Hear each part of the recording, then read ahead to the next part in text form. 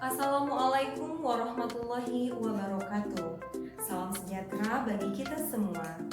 Saya Noverma, guru fisika pada Madrasah Aliyah Negeri 1 Sungai Penuh, Provinsi Jambi. Sebelum saya mempresentasikan makalah saya, izinkanlah saya mengucapkan terima kasih yang tak terhingga kepada Direktorat GTK Madrasah Kementerian Agama yang telah memberikan kesempatan kepada saya untuk ikut berpartisipasi dalam kegiatan International Symposium on Education 2021 dalam rangkaian peringatan Hari Guru Nasional Kementerian Agama Republik Indonesia. Hadirin yang saya hormati, adapun topik yang saya coba angkat kali ini adalah penggunaan poster digital dalam pembelajaran fisika berbasis kearifan lokal kesenian Mamencot dalam upaya meningkatkan aktivitas belajar siswa pada konsep keseimbangan benda.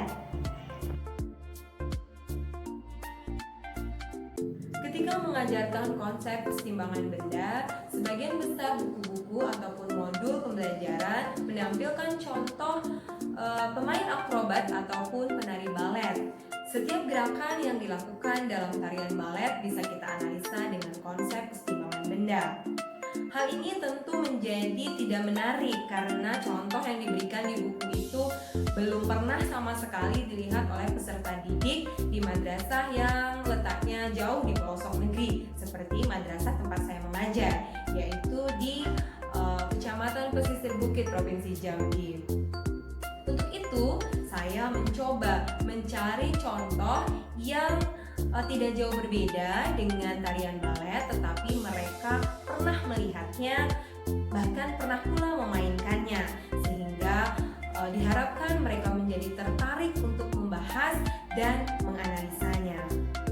Untuk itu, saya melihat ada sebuah kesenian yang diberi nama kesenian Mamencot, yaitu sejenis kesenian pencaksilat yang merupakan salah satu budaya ataupun kearifan lokal yang ada di Kota Sungai Penuh. Saya yakin semua peserta didik yang ada di madrasah saya pernah melihatnya, bahkan pandai pula memainkannya. Sedikit saya ceritakan bahwa kesenian Mamencot itu sama dengan pencaksilat di daerah di Indonesia lainnya. Hanya saja uniknya di kesenian Mamencot ini para pemainnya menggunakan pedang panjang seperti layaknya samurai.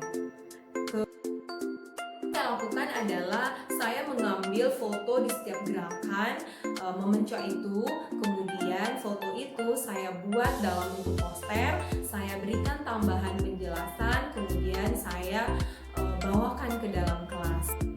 Nah, dari latar belakang yang sudah saya jelaskan tadi, maka saya bertujuan ingin membuat sebuah media pembelajaran dalam bentuk poster digital dengan memasukkan seni kearifan lokal dalam pembelajaran untuk meningkatkan aktivitas belajar siswa saya. Oleh karena itu, rumusan dari permasalahan penelitian ini adalah, bisakah poster yang saya buat meningkatkan aktivitas belajar siswa? Untuk mendukung penelitian yang saya lakukan, saya melakukan kajian pustaka dengan melihat teori-teori yang dikembangkan oleh para ahli, juga penelitian-penelitian serupa yang relevan.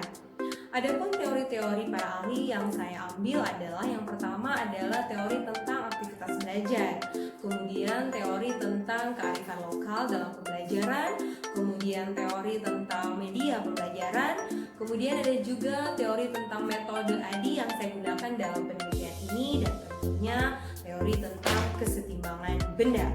Adapun teori yang relevan, penelitian-penelitian yang relevan yang saya ambil adalah yang pertama oleh Bayu Septa pada penelitian tentang pencaksilat, kemudian penelitian oleh Novita Dona tentang kearifan lokal dalam pembelajaran, kemudian ada juga penelitian yang dilakukan oleh H. Utiah, yaitu tentang kearifan lokal dalam meningkatkan kemampuan berpikir kritis, dan penelitian yang dilakukan oleh Sylvia yaitu penggunaan poster dalam pembelajaran.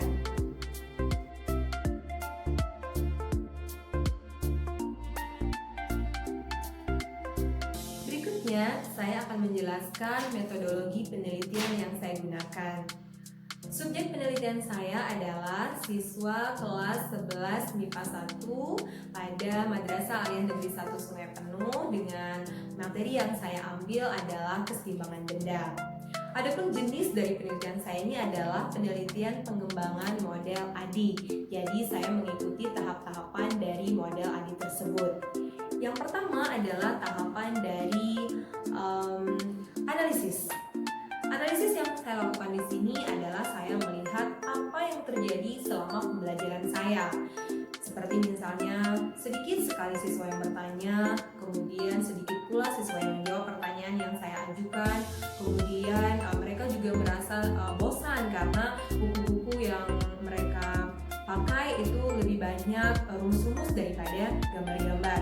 Maka dari itu saya menganalisis apa yang harus saya lakukan untuk mengatasi masalah tersebut. Kemudian tahapan yang kedua adalah tahapan perancangan. Jadi saya merancang sebuah media yang bisa menjawab dari masalah yang dihadapi di kelas. Nah, yang saya rancang adalah poster digital saya buat dengan menggunakan aplikasi Canva. Kemudian yang ketiga itu adalah tahapan pengembangan. Nah, di sini setelah poster digital saya jadi, saya memberikan kesempatan kepada para ahli untuk mengoreksi dan menilai media yang saya buat. Tim ahli yang saya minta untuk menilainya adalah 2 orang dari dosen fisika, kemudian 1 orang ahli dari desain grafis, kemudian saya juga meminta 1 orang rekan sejawat yaitu sesama guru fisika. Setelah itu, tahapan berikutnya adalah tahapan implementasi. Pada tahapan ini, saya merasa poster digital yang saya buat sudah bisa diberikan dalam pembelajaran di kelas karena sudah dinilai oleh tim ahli tadi. Kemudian tahapan yang kelima atau tahapan yang terakhir itu adalah tahapan evaluasi. Di sini saya melakukan evaluasi sumatif. Mengapa saya melakukan evaluasi ini? Karena saya hanya ingin melihat pengaruh dari penggunaan media poster ini terhadap aktivitas belajar siswa di kelas. Jadi tidak melihat hasil belajarnya. Instrumen pengambilan data dalam penelitian ini adalah yang pertama lembar validasi poster yang digunakan oleh tim ahli, kemudian yang kedua lembar observasi siswa yang digunakan untuk melihat aktivitas belajar siswa, dan tentunya lembar diskusi siswa. Kemudian dari data-data yang saya peroleh, saya menganalisanya dengan membuat presentasi.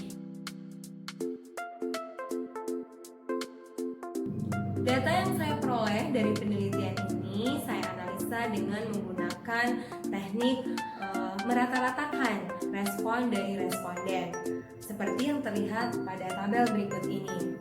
Tabel yang pertama menunjukkan validitas dari poster yang merupakan respon dari tim ahli. Hal ini bisa dilihat dari desain, kemudian huruf yang digunakan, kemudian gambar, lalu tulisan yang sudah sesuai dengan EYD, kemudian isi dari poster yang sudah sesuai dengan materi dan juga menarik bagi siswa.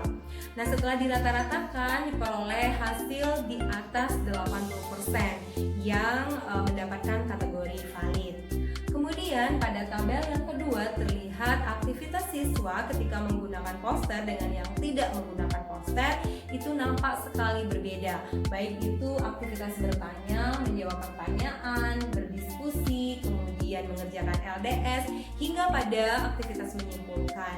Yang menggunakan poster terlihat aktivitas siswa sebesar 90% dengan kategori sangat baik. Demikianlah presentasi saya kali ini dengan harapan dapat bermanfaat bagi kita semua.